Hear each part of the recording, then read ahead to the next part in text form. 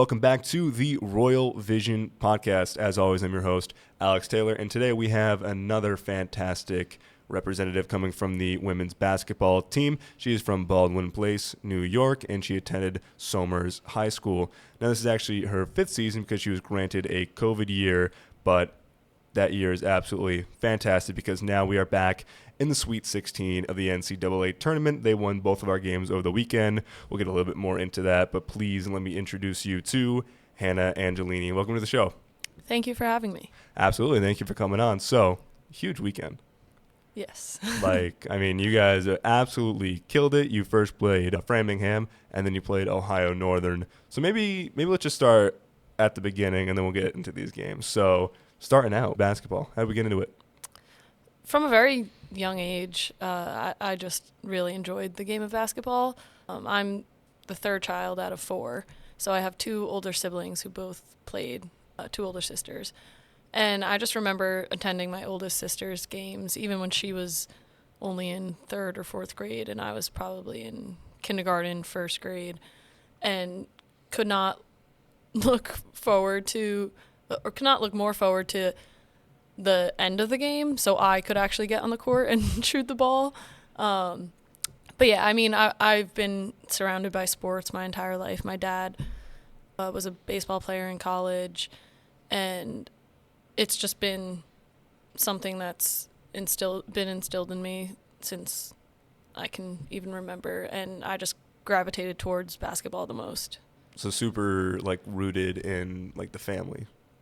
Yeah, my dad played baseball in college, but he was a basketball player all throughout high school. And honestly, I would argue with him that he likes basketball more. So going from, obviously that your family was very sport active, especially with your sisters, and you were able to watch them. Going into high school, how did you know that you wanted to maybe continue with the sport? I always played basketball year-round. So there's something called AU, which is just tournament basketball. And that's usually played throughout the spring and the summer. And I started that at a very young age. But I give a lot of credit to my hometown, the Somers community. We have a great youth program there.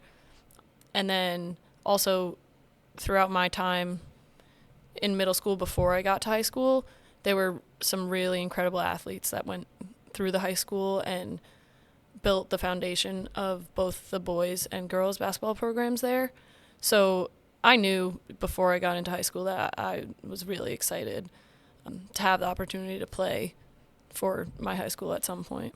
During your high school career, did you know that you wanted to continue with it into college? I did. There were parts of me that I wasn't 100% sure if I wanted to play in college. I did look at a bunch of other schools where I would have attended if I decided not to play. But I kind of knew after my junior season, we ended on a heartbreaker, and that really made me think deeper into it and reflect on the fact that I was not ready to give up the game yet. So what kind of centralized your whole decision in coming to the U and playing basketball? The first time I stepped on campus here, I kind of realized this is a place that I want to be. And it's funny because it was actually pouring rain and terrible weather. It always is, right? Yeah, it is. Classic for Scranton. But I remember people telling me if that was the case the first time you saw a campus and you still loved it and you could still see yourself there, then that's probably a place that you would really enjoy. So that did happen the first time I came here. And it's actually kind of funny. I was recruited by Trevor Woodruff, who I think he coached here 4 years. The year before I got here was the year they made it to the Final Four. So I was able to see the success that the program had, the culture there, and that really drew me to Scranton. And then actually April before I came here, we got notice that he got the job at Bucknell. Oh, wow. So there was a coaching change, and Trevor was a big reason that I committed to the school. Not the only reason, obviously. But when I found out that he was leaving, I was a little bit questioning my decision slightly. But I couldn't be happier with deciding to stick with my original commitment. And honestly, the reason I stuck with it was because when I did visit here, I could just tell the place was special, but it was special because of the people who were here. And that has only been confirmed throughout my past 5 years here. Yeah, speaking about the people, you're captain, right? You've been captain for the past 2 years now. Ultimately, what does that mean to you? It's an honor, honestly, especially for a team of this caliber to be trusted as a leader on the team. I think one of the most important things that I've tried to be an example of is just someone who is empathetic and is really has a team first mindset, so the team over me, and I try to represent that as best I can in everything that I do, both on and off the court. But yeah, it's a big deal being a captain here at the University of Scranton, and for the Lady Royals basketball program, the community supports us a lot. We have huge turnouts at our game, which is incredible, and we are so thankful for that. But it's important that you carry yourself with respect for others and good character, because people are looking at you and making note of your actions and behaviors. So just keeping that in mind is really important. No, definitely a fantastic answer. And this is a huge season for you. It's your 5th season, right? So it's your last season, and you had a very interesting season in your sophomore year. That was the COVID season, right? So maybe go a little bit more into that. How did that season play out for you? So actually, kind of another funny story. Love to hear it. COVID hit March of my freshman year, so we lost our first round game in the NCAA tournament that year. So we were actually one of the lucky teams, I would say, who knew the end to our season. We weren't one of the teams that left the season unknown. Right. We lost, so we knew we were out. But a week later, we got sent home. And then somehow I survived all of 2020 without getting COVID until a couple days before Christmas. Oh, jeez. So I came down with COVID late December. And I was actually not able to come back with the whole team when we came back in January. I for COVID health reasons, right. I had to come back like a week later. So we only had, I want to say, 8 or 9 games on the schedule that season because a lot of the conference teams opted out.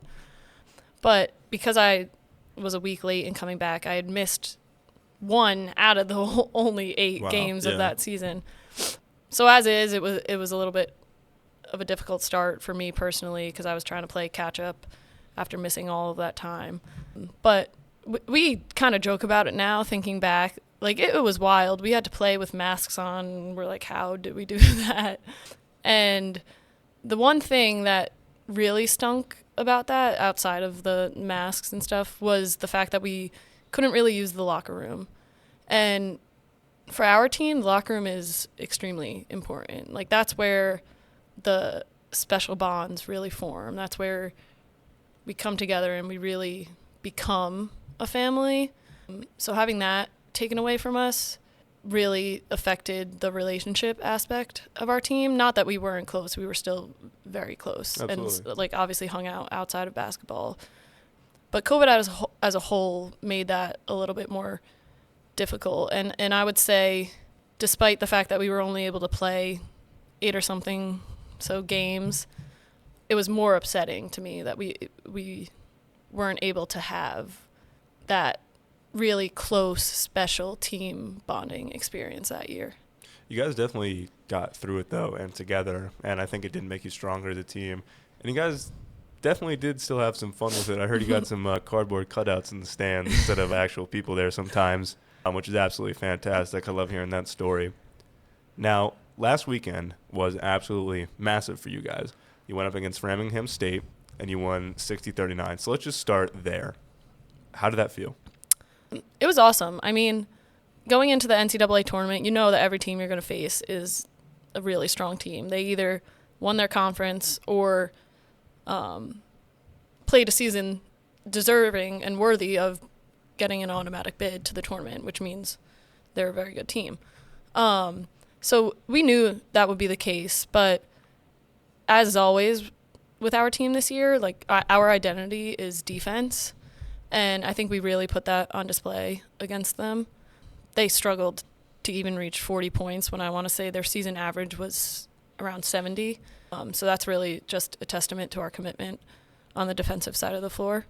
And then you moved right into it, and actually talking to Maddie Hartnett about that, I mean, you said it perfectly right there. She was so focused on talking about defense as a team. So I love being able to have that kind of perspective into your team because you guys are all on the same page. It's absolutely fantastic. And you showed that massively with Ohio Northern because I believe during halftime you were not in the lead, right? Correct. We were down 1 point at halftime. So just definitely an interesting dynamic going, maybe what was kind of like the locker room talk when you went in for halftime? I'd love to have a perspective on that. We came into the locker room knowing that we did not play our best half of basketball. So our coach emphasized to us, we're fortunate to be only down 1 point with playing one of the worst halves of basketball that we played all year. And that's credit to Ohio Northern. They were a fantastic team. They were relentless in all aspects of the game. But we knew we had to step it up if we wanted to keep this season alive. And we were confident in each other that we were going to be able to do that, and it was going to start on the defensive end of the floor. Absolutely electric game, and congratulations to you guys because we have made it to the Sweet 16. How does it feel to be back in the Sweet 16? It's incredible. I mean, I don't know if you followed us last year, but we were ranked number 3 in the country headed into the NCAA tournament. We won our first round game, and then we lost the round of 32 to a really talented Rhode Island College team who ended up making it all the way to the Final Four. But that game stung, and that game has stuck with all of the returning players and the ones who were there last year who are not able to be here again this year.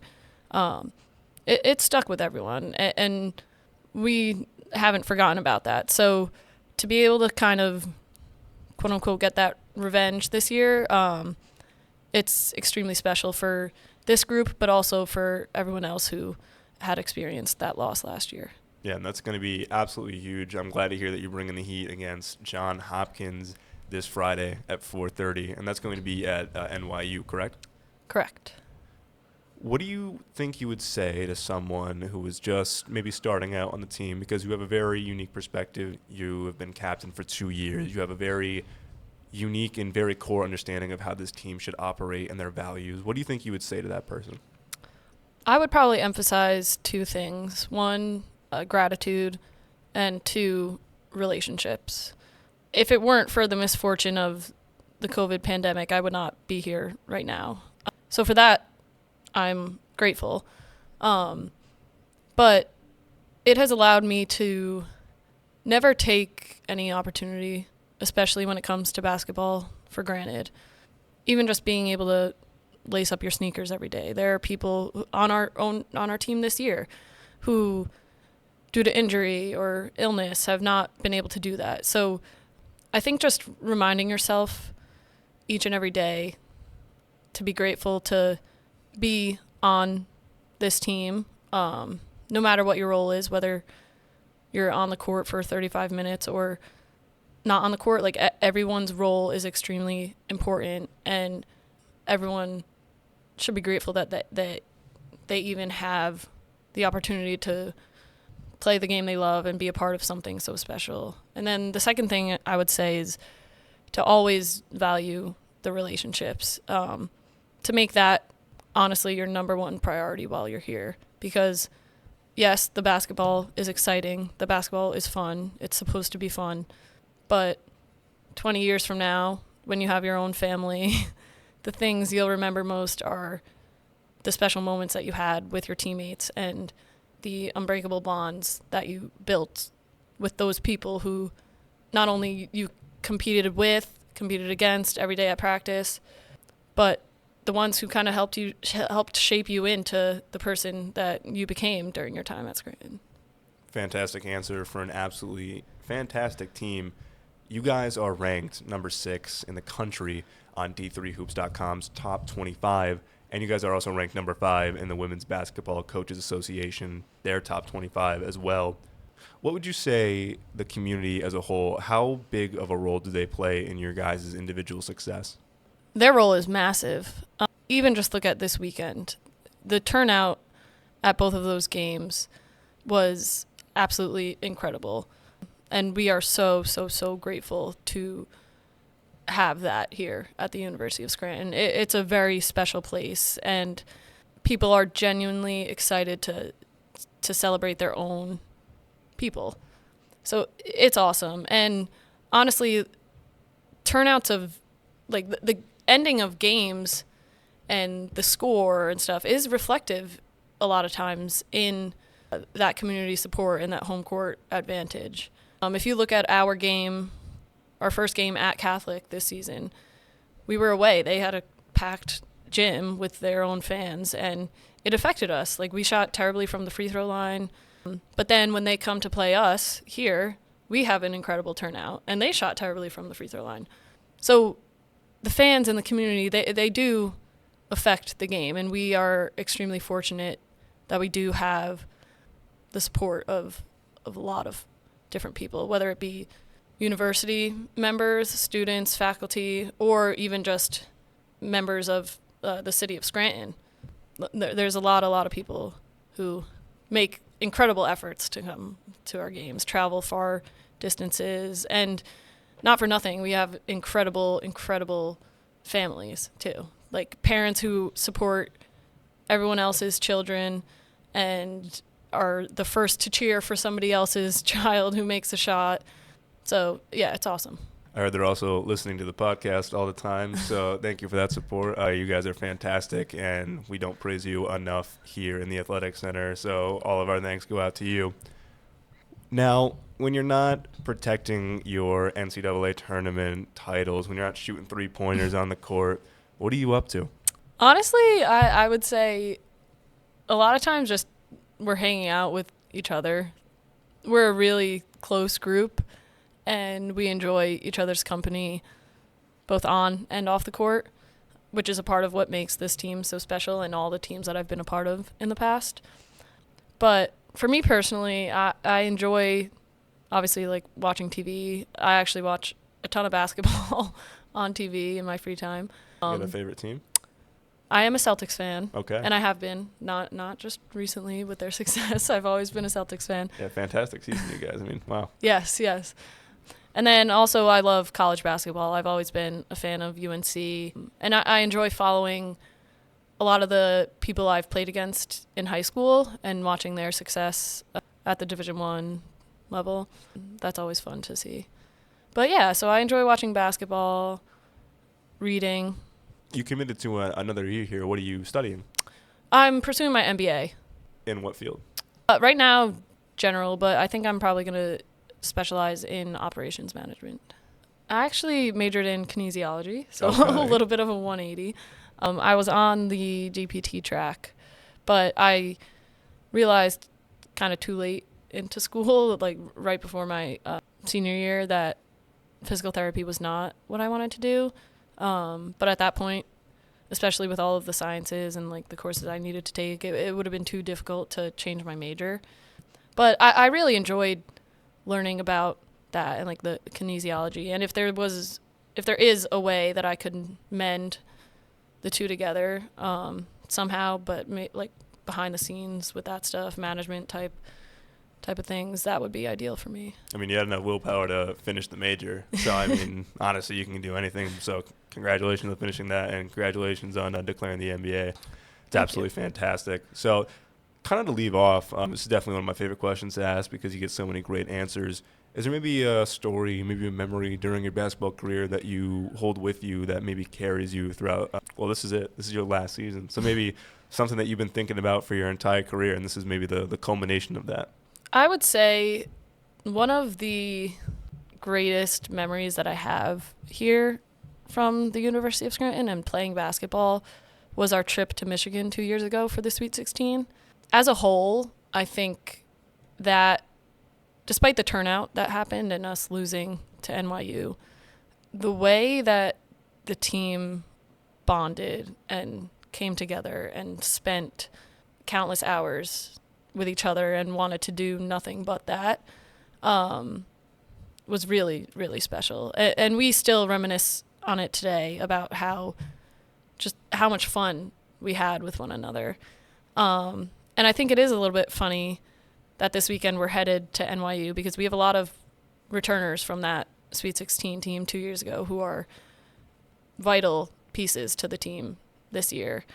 And we're excited to have the opportunity to play at NYU versus Johns Hopkins, and then hopefully again Saturday at NYU, either versus NYU or Hardin-Simmons, because we know, since we had that experience 2 years ago, we know how special this is. And it's just a culmination of all of the hard work, all the sacrifice that our teammates and coaches have made throughout the year. And we want to go out on a high note in terms of basketball, but also in terms of how the team bonds and spends time together. Yeah, I love it. You guys sound fired up, and I can't wait to see it. I'm going to give this time to you now to maybe say anything left on your mind, any final thoughts. It's all up to you. I would just like to say thank you to you, to everyone here at the University of Scranton. My time here is more than I ever could have asked for. Thank you to my parents, all of my extended family for their continuous support.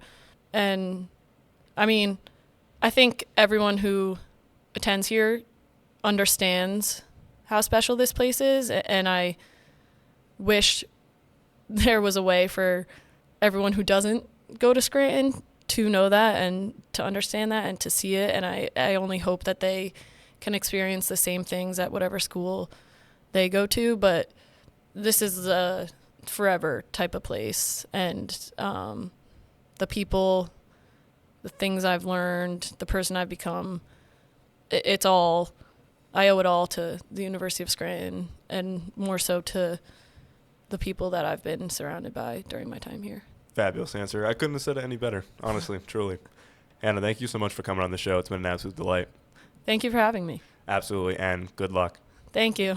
So, as you heard in this entire podcast, Sweet 16, we're ready to go. They're fired up. We're playing absolutely fantastic defense. I'm not sure if you tuned into these last two games, but they have been absolutely electric. We'll be facing Johns Hopkins in the Sweet 16 on Friday at 4:30 p.m. at NYU. Don't miss this game. The Lady Royals, we need your support. We're all going to be there. It's going to be an absolutely fantastic game. So if you can make it, please do. If you can watch anywhere, support us in any way. You'll get more updates on the Royal Athletics page and other places. So be sure to check it out. As always, that has been the Royal Vision Podcast. I've been your host, Alex Taylor, and we will see you in the next one.